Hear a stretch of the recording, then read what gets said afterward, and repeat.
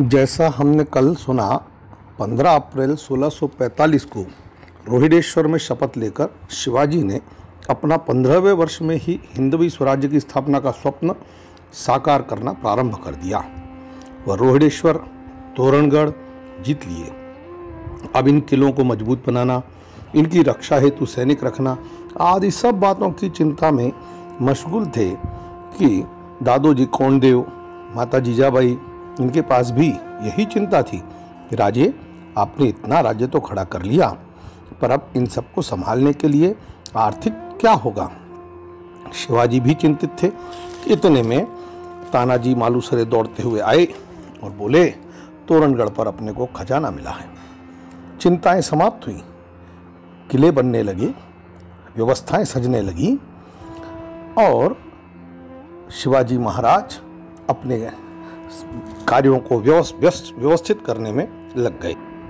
परंतु बड़ा समय ऐसा था कि शिवाजी को जहां शत्रुओं से लड़ना था, उसके पहले अपनों से ही अधिक युद्ध करने की आवश्यकता महसूस हो रही थी। इसीलिए उन्होंने अपने जो आसपास के बंधु थे, जो अब जागीरदार थे, मालिक थे, किलेदार थे, इन सब से साम दाम दंड भेद सभी प्रकार का प्रयोग करना चालू किया और धीरे धीरे अपने राज्य की सीमाएं बढ़ाने लगे।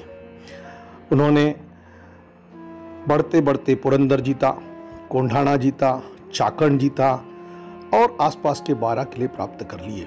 इन सब किलों को प्राप्त करने के लिए कहीं युद्ध करना पड़ा, कहीं बातचीत करना पड़ी, कहीं समझौते करना पड़े, परंतु कुल मिलाकर 12 किलो का ये बड़ा भारी साम्राज्य उन्होंने खड़ा किया। 3000 के घुड़सवार, 5000 के पैदल और अपनी स्थायी सेना को लेकर भी शिवाजी संतुष्ट नहीं थे। शिवाजी तानाजी और येसाजी से कहते हैं, और अधिक भर्ती करने की आवश्यकता है, और उनका अनुमान ठीक निकला। इतने किले जीतने की खबर सुनकर आदिल शाह ने अपना पहला सेनापति शिवाजी पर भेजा। ये समय 1648 का है। फत्ते खान नाम का सरदार बड़ी भारी सेना लेकर शिवाजी के ऊपर चढ़ाई करने आ रहा है।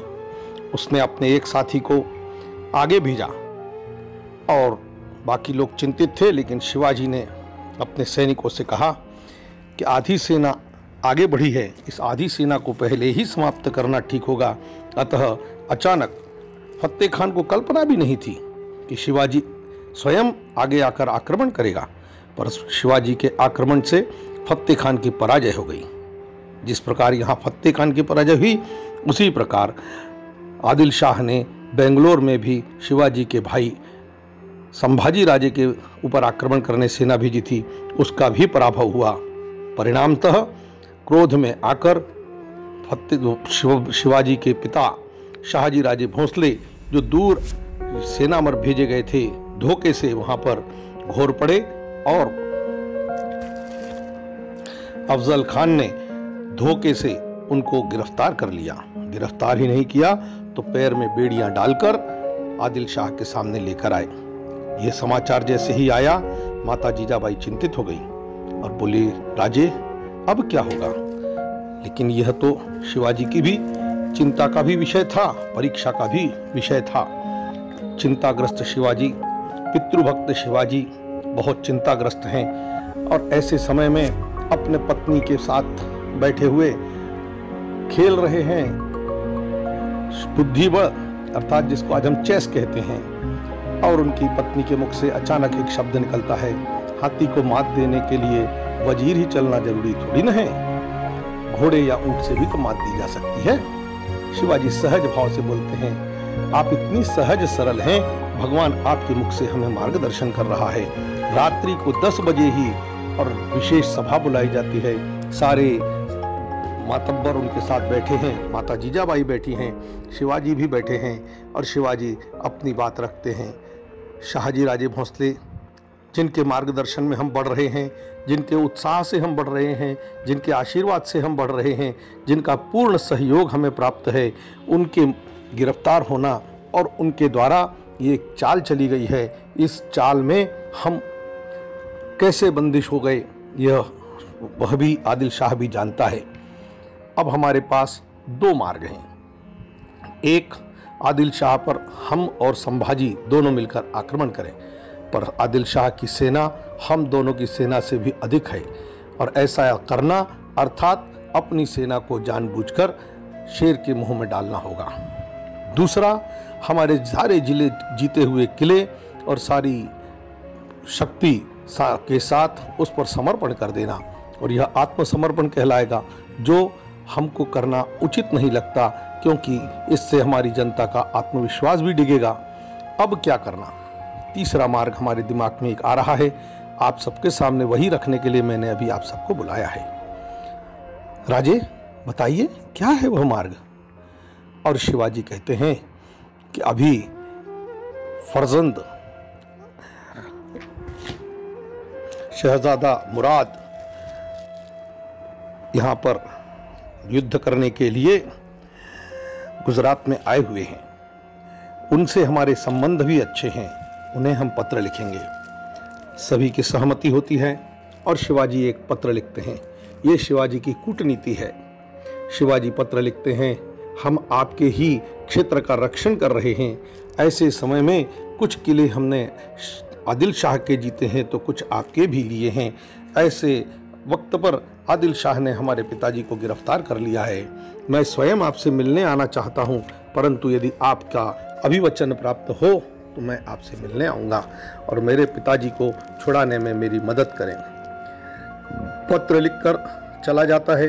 शिवाजी थोड़े से निश्चिंत होते हैं, परंतु आने वाला समय गंभीर है। 3 महीने 4 महीने निकल गए, मुराद का कोई पत्र नहीं। ऐसे समय में शिवाजी महाराज भी चिंतित हैं और आळंदी के दर्शन करने, अर्थात संत ज्ञानेश्वर का स्थान है, वहाँ जाते हैं। संत तुकाराम के दर्शन करते हैं। तुकाराम उस समय के एक महान संत हैं, उनके चरणों में बैठते हैं, वहाँ उनके कीर्तन सुनते हैं, उनके साथ प्रसाद ग्रहण करते हैं।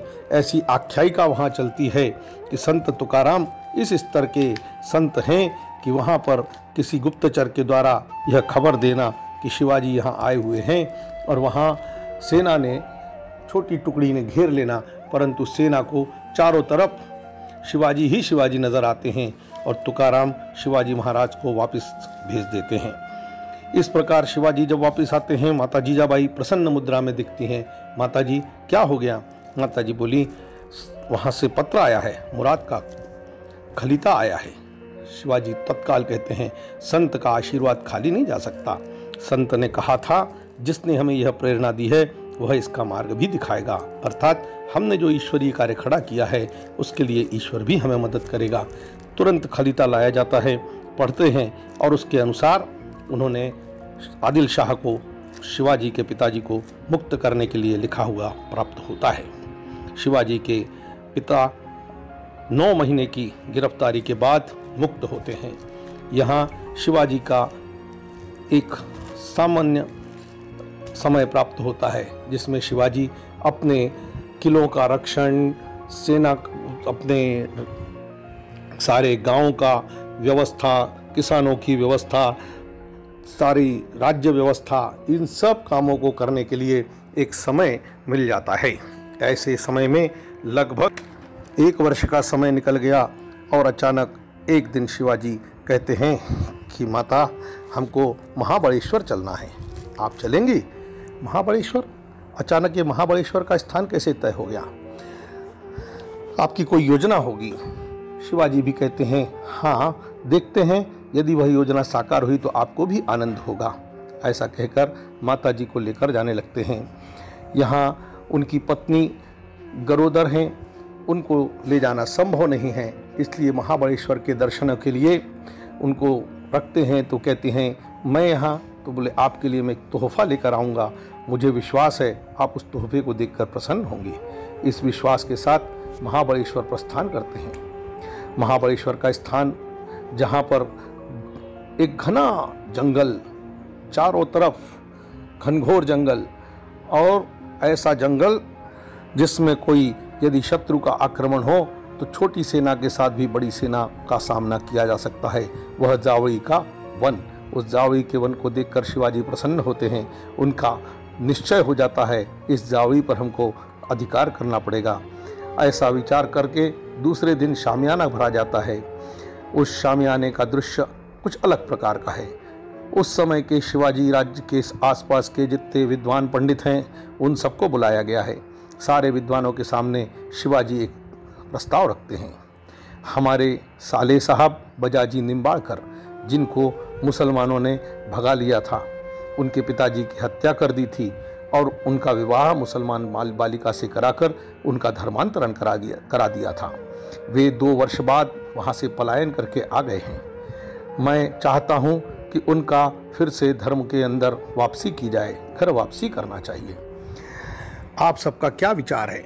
ऐसा विचार करके और शिवाजी उनसे कहते हैं, रात्रि का समय, रात्र भर का समय है, आप विचार करें और हमको सुबह समाचार दें। शिवाजी प्रातःकाल फिर सभा भरती है।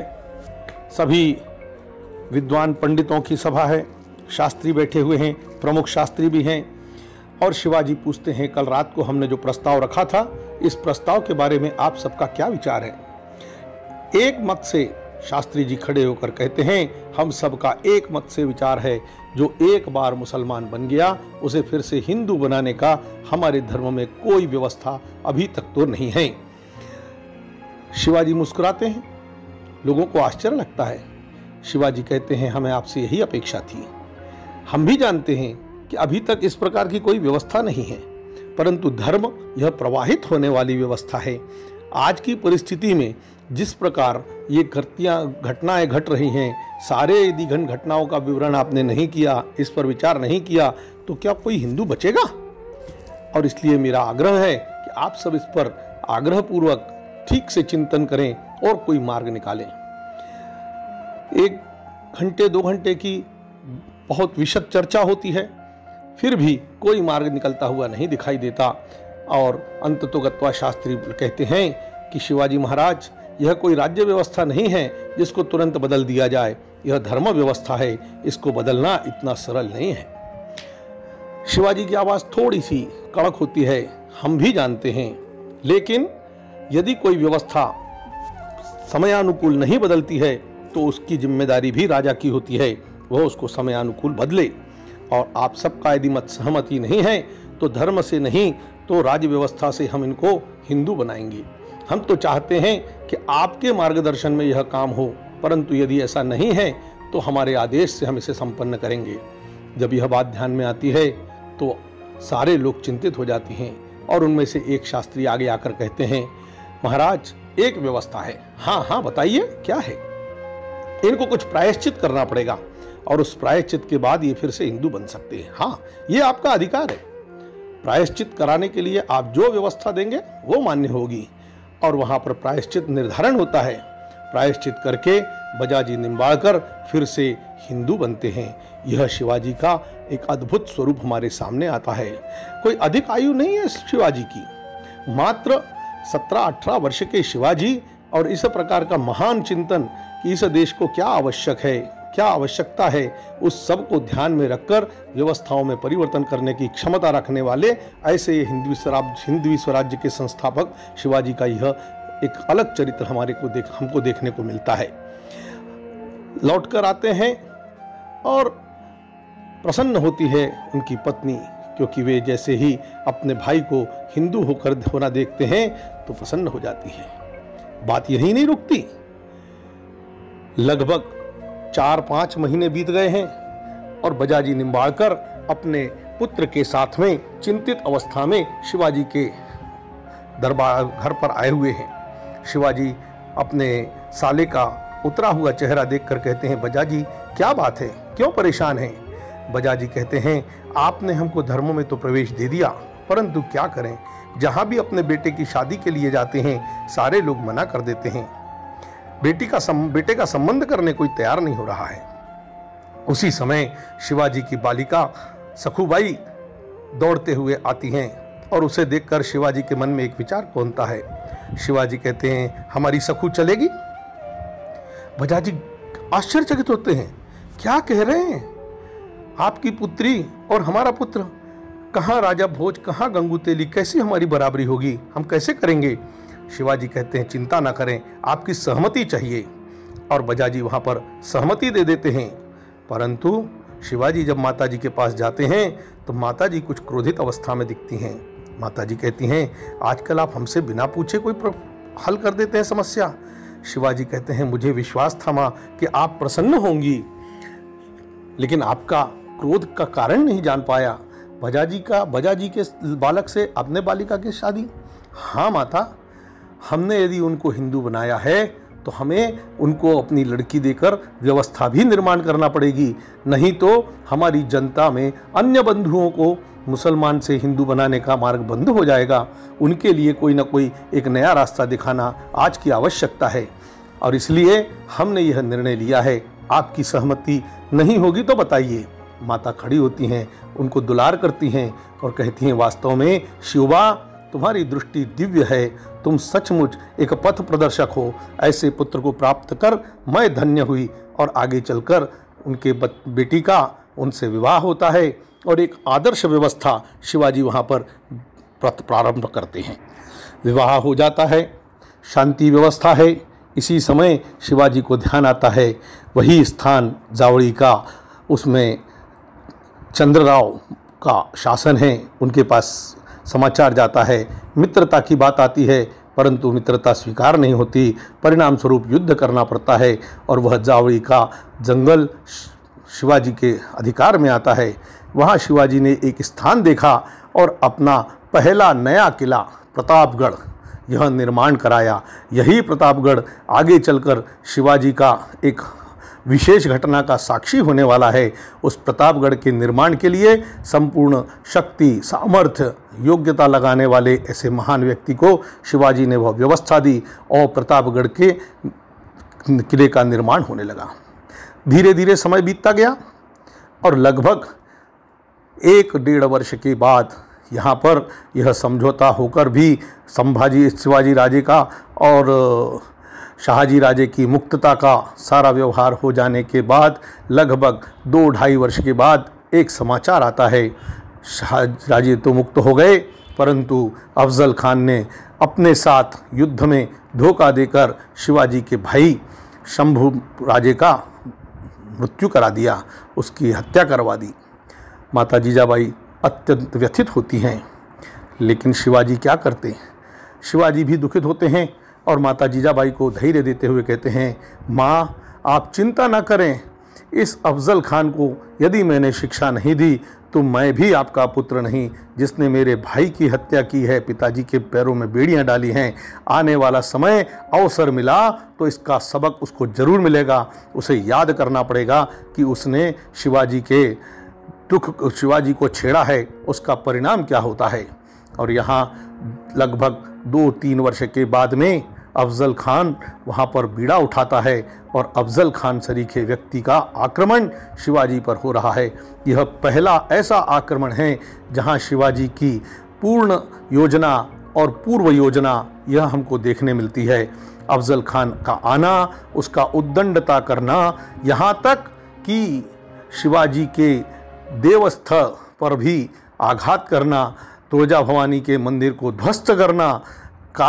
कारण केवल एक कि उसकी कोई अलग योजना है और उसकी सेना को समाप्त कर एक नई विजय प्राप्त करने की शिवाजी की अपनी कल्पना है। दोनों की योजनाओं में कौन साकार होता है, कौन फलीभूत होता है, इसको हम कल देखेंगे कि शिवाजी की पूर्व योजना और पूर्ण योजना कितनी अद्भुत है कि वो सारे युद्धों को जीतते हैं सिर्फ इसीलिए कि वो अपनी पूर्व योजना और पूर्ण योजना ठीक से करते हैं।